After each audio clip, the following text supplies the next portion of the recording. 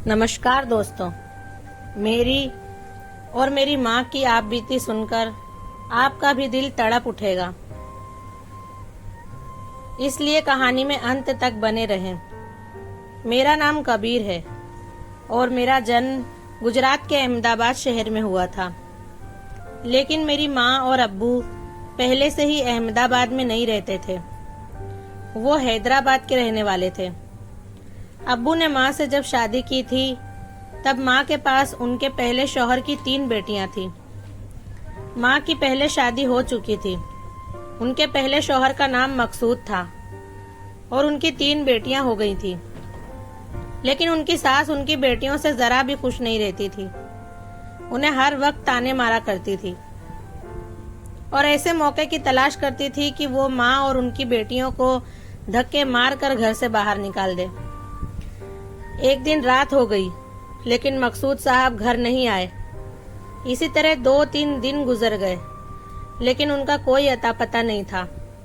वो जहाँ काम करते थे वहाँ भी जानकारी हासिल करने की माँ ने बहुत कोशिश की, लेकिन उन लोगों ने यही कहा कि वो यहाँ से जा चुके थे। माँ को उनकी सास ने दिन रात परेशान करना शुरू कर दिया और उन 3 लड़कियों के साथ भी वो बुरा व्यवहार करने लगी थी। माँ और उनकी सास ने पुलिस में रिपोर्ट करवाई। उसके बाद पुलिस ने अपनी कार्रवाई शुरू कर दी। एक दिन पुलिस को एक चूने के खाली कारखाने में एक लाश मिली। पुलिस वालों ने माँ को वहाँ लाश पहचानने के लिए बुलवाया। माँ अपनी सास के साथ उस कारखाने में पहुंची तो उस लाश को देखकर उनकी चीख निकल गई, क्योंकि वो मकसूद साहब की लाश थी। किसी ने उन्हें जान से मारकर उस खाली कारखाने में फेंक दिया था। फिर पुलिस वालों ने मकसूद साहब की लाश को पोस्टमार्टम हो जाने के बाद माँ और उनकी सास को सौंप दिया। माँ पर तो जैसे कयामत टूट पड़ी थी। मकसूद साहब को दफन हुए अभी 10 दिन भी नहीं हुए थे कि माँ की सास ने भरी बारिश में माँ को उनकी 3 बेटियों के साथ घर से बाहर निकाल दिया। माँ ने अपनी सास से बहुत मिन्नतें की और कहा कि अम्मी मुझे घर से मत निकालो, मैं 3 बच्चियों को लेकर कहाँ जाऊंगी, मुझ पर रहम करो। मैं इस घर में अपनी बच्चियों को लेकर पड़ी रहूंगी, मेहनत मजदूरी करूंगी, कभी भी आप पर बोझ नहीं बनूंगी। लेकिन उनकी सास ने उनकी एक न सुनी। माँ बारिश में भीगते हुए अपनी 3 बच्चियों को लेकर कुछ देर तक वहीं घर के बाहर खड़ी रही। वो 3 बच्चियां भी अपनी दादी से गुहार लगाती रही कि दादी हमें घर में आने दो, लेकिन उनकी सास का दिल नहीं पसीजा। उनके दिल में इन माँ बेटियों के लिए ना जाने कौन सी नफरत बसी हुई थी। फिर थक हार कर माँ अपनी बच्चियों को लेकर अपने अब्बा के घर पहुंची। लेकिन जिसका घरवाला इस दुनिया में ना हो और उसके साथ 3 बच्चियां हो, उसका गुजारा मायके में होना बहुत मुश्किल हो जाता है। कुछ महीनों के बाद मेरे अब्बा के साथ माँ की शादी हो गई। अब्बा का इस दुनिया में कोई नहीं था। उन्होंने जब माँ के बारे में सुना तो उनसे शादी करने का फैसला कर लिया था। फिर शादी के कुछ दिनों बाद माँ की तीसरी बेटी बहुत बीमार रहने की वजह से मर गई।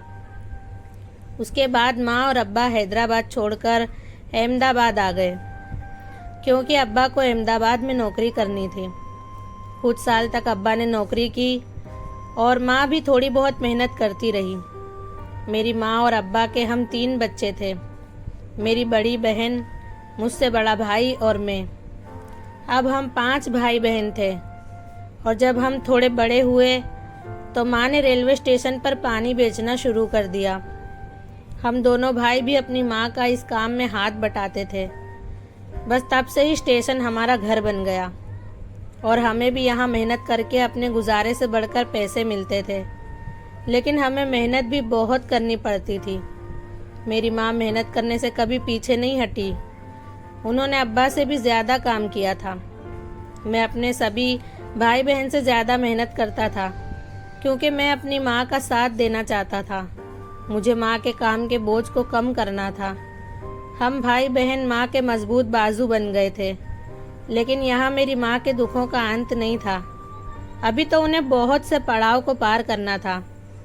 हम बच्चे माँ का सहारा क्या बने कि हमने हमारे अब्बा को खो दिया। अब हम सारा दिन माँ के साथ स्टेशन पर पानी बेचा करते थे और रात को वहीं जगह देखकर सो जाते थे, क्योंकि घर किराए का होने की वजह से हमने खाली कर दिया था। स्टेशन पर आने वाली गाड़ियों का इंतज़ार करना और जितनी जल्दी हो उतनी जल्दी अपना पानी बेचकर ख़त्म कर देना और दूसरी पानी की थैलियाँ बनाकर ले आना, बस यही हमारी ज़िंदगी थी। जिस बचपन में पढ़ाई लिखाई करना ज़रूरी होता है, खेल कूद होना चाहिए था, उस बचपन के दिनों में हम पर मेहनत और मजदूरी का बोझ था, क्योंकि हमारे सिर पर एक मजबूत पिता का हाथ नहीं था जो अपने बच्चों को पढ़ाता लिखाता है, उनकी परवरिश करता है, उन्हें अपने साए अपने घर में महफूज रखता है। उस हस्ती से हम महरूम थे और फिर हम एक ऐसे शहर में रह रहे थे जहाँ पानी की भी कीमत थी और हमें देखकर दूसरे लोग भी स्टेशन पर पानी बेचने का काम करने लगे थे, लेकिन वो हमारी तरह मेहनत नहीं कर पाते थे। हमारे अंदर इतनी मेहनत करने का जज्बा अपनी माँ को देखकर आता था, क्योंकि वो एक औरत होने के बावजूद भी मेहनत करने में किसी मर्द से कम नहीं थी। माँ की मेहनत और ईमानदारी देखकर रेलवे स्टेशन पर हमारी बहुत पहचान हो गई थी और उसी दौरान अब्बा के एक दोस्त ने माँ से शादी करने का प्रस्ताव रखा, लेकिन माँ ने उन्हें कोई जवाब नहीं दिया, क्योंकि वो शादी से और घर गृहस्थी से डरने लगी थी। उन्हें इतनी बार उनके अपनों को खोना पड़ा था, ये गम उनके दिल से जा नहीं रहा था। अब माँ सिर्फ हम 5 बच्चों के खातिर जीना चाहती थी, लेकिन अब्बा के दोस्त ने माँ से बात की कि वो अभी तक इसलिए कुंवारे हैं क्योंकि वो गरीब थे, उनके पास घर नहीं था, दौलत नहीं थी, इसलिए कोई अपनी बेटी देने को राजी नहीं होता था। और मैं भी हर दफ़े मायूस होकर थक कर बैठ गया था, लेकिन अब मुझे लगता है कि शायद उस खुदा को मुझे तुमसे मिलाना था। मैं तुम्हारे दुखों को दूर तो नहीं कर सकता, लेकिन कम ज़रूर कर सकता हूँ। मेरा अपना कोई परिवार नहीं है। मेरी बात मानकर मुझसे निकाह करके तुम मुझे मेरे दोस्त के परिवार को संभालने का सवाब कमाने दे सकती हो। ये दुनिया बड़ी जालिम है, यहाँ सैकड़ों मर्द सड़कों पर अकेले रह सकते हैं, लेकिन एक अकेली औरत का गुजारा। इतना कहकर वो चुप हो गए, लेकिन माँ अभी भी खामोश थी। अब्बा के दोस्त मेरे हाथ में अपने घर का पता देकर वहाँ से चले गए और जाते वक्त ये कहकर गए कि हम जब चाहें उनके घर में आकर रह सकते हैं। मैंने अपनी माँ की तरफ देखा तो उनकी आंखों से बहुत ही तेज़ी से आंसू बह रहे थे, लेकिन जैसे ही ट्रेन स्टेशन पर आकर रुकी तो माँ अपना दुख भूलकर पानी की बोतलें लेकर ट्रेन में चढ़ गई।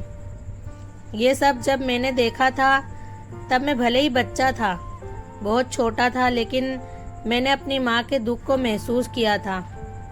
वैसे भी माँ को रोज़ाना कितनी ही बुरी नज़र वालों का सामना करना पड़ता था, उनकी तरह तरह की बातों को सुनना पड़ता था, लेकिन फिर भी माँ इन सब चीज़ों पर ध्यान नहीं देती थी। फिर उसी रात हम सब भाई बहन माँ के साथ स्टेशन पे सो रहे थे कि मेरी बड़ी बहन की चीख निकल गई। हमारी आँख खुल गई और जब हमने देखा तो वो थोड़ी दूर से भागती हुई आ रही थी। मैं और मेरा भाई भागकर अपनी बहन के पास गए और उससे पूछा कि क्या हुआ। तब उसने बताया कि वो पानी पीने गई थी तो वहाँ एक आदमी आया और उसका हाथ पकड़कर उसे खींचकर ले जा रहा था और मेरी बहन के चिल्लाने पर वो डरकर भाग गया। माँ ने जब ये बात सुनी तो वो बुरी तरह से डर गई और दूसरे दिन हम सबको लेकर अब्बा के दोस्त के घर चली गई और वहीं माँ का अब्बा के दोस्त के साथ निकाह हो गया। हम उन्हें चाचा बुलाते थे और माँ के साथ उनकी शादी हो जाने के बाद भी हम उन्हें चाचा ही बुलाते थे, लेकिन माँ ने उनसे साफ कह दिया था कि वो स्टेशन पर करने वाला काम कभी नहीं छोड़ेंगी और चाचा भी उनकी बात से सहमत थे, क्योंकि चाचा की इतनी आमदनी नहीं थी कि वो हम 5 बच्चों का गुजारा चला सकें।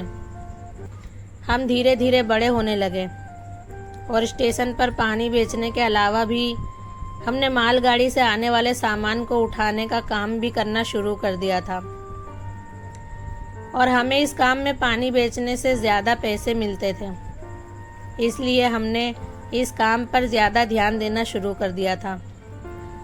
और कुछ लोग ऐसे भी थे जो हमें मेहनत करके पैसे कमाते देखकर हमसे खूब जलते थे। उधर माँ को काम का लोड पड़ने लगा था। तभी माँ के ऊपर काम के अलावा घर की भी बहुत सारी जिम्मेदारी बढ़ गई थी, क्योंकि हमारी फैमिली में 3 लोग और बढ़ गए थे। माँ और चाचा के 3 बेटे। अब हम 3 बहन और 5 भाई थे। ऐसे करके 8 बच्चों की जिम्मेदारी माँ के ऊपर आ गई थी। लेकिन मेरी बहनें बड़ी हो गई थी, तो वो माँ का काफ़ी सहारा बन चुकी थी। लेकिन फिर भी मेरी माँ घर का काम करके स्टेशन पर आते अपने वक्त से पहुँच जाती थी।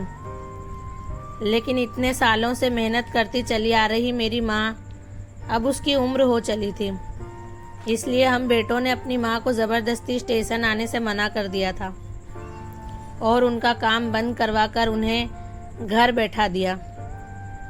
हमारे इतना ज़ोर देने के बाद कहीं जाकर हमारी माँ ने हमारी बात मानी। हम दोनों भाई जवान हो चुके थे और हम अपनी मेहनत से हमारा घर चलाने लगे थे। हमने चाचा को एक ऑटो रिक्शा दिलवा दी, क्योंकि इस उम्र में चाचा से भी बहुत मेहनत वाला काम नहीं हो सकता था और वो घर में बैठने को तैयार भी नहीं थे। इसलिए हमने उन्हें एक ऑटो रिक्शा दिलवा दी और चाचा ने ऑटो रिक्शा चलाना शुरू कर दिया। माँ की मेहनत का और उनकी दुआओं का नतीजा था कि हम सगे और सौतेले भाइयों में बहुत प्यार था। कोई भी हम पांचों को देखकर ये नहीं कह सकता था कि हम सगे भाई नहीं हैं। देखते ही देखते मेरी 3 बहनों की शादी हो गई और मेरे बड़े भाई के भी रिश्ते आने लगे। लेकिन उसे कोई लड़की जल्दी पसंद ही नहीं आती थी। फिर एक दिन उसके लिए जो लड़की देखने गए थे वो मुझे पसंद आ गई और मेरे घर वालों को भी वो लड़की बहुत अच्छी लगी। उसका नाम समीरा था। बहुत जल्द हमारी मंगनी हो गई। समीरा को ज़्यादा फैशन करना और मेकअप करना बिल्कुल भी पसंद नहीं था और मुझे उसकी यही आदत बहुत पसंद थी। फिर 1 साल के बाद हमारी शादी हो गई। लेकिन मुझ पर मेरी माँ और मेरी बहनों का बहुत प्रभाव था। मैं समीरा की कोई भी बात नहीं सुनता था, ना मानता था, क्योंकि मैंने अपने दिमाग में यही बात बैठा ली थी कि शादी के बाद लड़की लड़के को अपने परिवार से दूर कर देती है। लेकिन मेरा ये भरम जब टूटा तब तक समीरा के साथ बहुत अन्याय हो चुका था। वो सिटी में रहने वाली लड़की थी, लेकिन फिर भी हमारे घर में हर तरह के माहौल में उसने अपने आप को एडजस्ट किया था। लेकिन मेरे घर में समीरा को बहू नहीं बल्कि नौकरानी समझा जाता था। उनके जुल्म काफ़ी नहीं थे कि मैं भी अपनी तरफ से समीरा पर जुल्म करने में कोई कसर नहीं रखता था। यहाँ तक कि घर वालों के चढ़ाने में आकर मैं एक दिन समीरा को उसके मायके छोड़ आया। उस वक्त समीरा प्रेग्नेंट थी। फिर कुछ महीने के बाद खबर आई कि समीरा ने एक बेटी को जन्म दिया है। उसके बाद मैं समीरा को अपने घर ले आया। धीरे धीरे मेरी आंखें खुलने लगी और मैंने समीरा को परेशान करना बंद कर दिया। रोज़ रोज़ के लड़ाई झगड़ों से तंग आकर माँ और चाचा ने मुझे और समीरा को घर से चले जाने को कह दिया। हम दोनों अपने दोनों बच्चों को लेकर घर से निकल गए। जी हाँ, और एक किराए के घर में रहने चले गए। फिर मैंने स्टेशन पर अपने सेठ जी से बात की कि मुझे और 2-3 जगह काम मिल जाए और उन्होंने मुझे दूसरी 2 जगह भी काम पर लगवा दिया। मैंने अपनी मेहनत से पैसे कमाकर एक छोटा सा घर खरीदा और उसे बनवाकर हम उसी में रहने लगे और मेरी 3 बेटियां हो गई। लेकिन अब मैं समीरा के साथ किसी को भी कुछ गलत कहने सुनने नहीं देता। लेकिन मैं अपनी माँ के पास बराबर आया जाया करता था। समीरा खुद मेरे साथ माँ से मिलने जाती थी। माँ से अलग रहने के बावजूद भी हम माँ की दवाइयाँ वगैरह का खर्चा माँ को देकर आया करते थे। माँ अब ज़्यादातर बीमार रहा करती थी। माँ को कई बार अस्पताल में एडमिट भी करना पड़ता था। मुझे मेरी माँ की बहुत फिक्र हुआ करती थी, लेकिन माँ बहुत ज़िद्दी हो गई थी। मैं उनसे कहता भी था कि तुम मेरे साथ मेरे घर चलो, मेरे घर चलकर रहो, लेकिन वो मेरी एक नहीं सुनती थी। फिर मेरे बड़े भाई की भी शादी ज़बरदस्ती सोलापुर करवा दी गई, क्योंकि वो जल्दी किसी से शादी करने को तैयार नहीं होता था। फिर मेरे दोनों सौतेले भाइयों की भी शादी हो गई और वो भी एक एक बच्चे के बाप बन गए। लेकिन अफसोस कि मेरी माँ उन दोनों भाइयों के बच्चों का चेहरा नहीं देख सकी। उन दोनों बच्चों के दुनिया में आने के पहले ही मेरी माँ गुजर गई। आज माँ तो मेरे साथ नहीं है, लेकिन माँ के साथ बचपन से स्टेशन पर किया हुआ हर वो संघर्ष मेरे साथ है। भले ही इस काम को करने में कितनी भी मेहनत लगती है, लेकिन मुझे स्टेशन पर एक अलग ही सुकून हासिल होता है। ऐसा लगता है कि मेरी माँ मेरे साथ है। बड़े होकर बिखर जाने वाले भाई बहन ऐसा लगता है कि स्टेशन पर मेरे साथ हैं। इसलिए जब तक मेरे अंदर हिम्मत है, मैं अपना स्टेशन नहीं छोड़ूंगा। दोस्तों, आपको हमारी आज की कहानी कैसी लगी, कमेंट में ज़रूर बताएं। और ऐसी नई नई कहानियाँ सुनने के लिए मेरे चैनल को सब्सक्राइब करना मत भूलिए।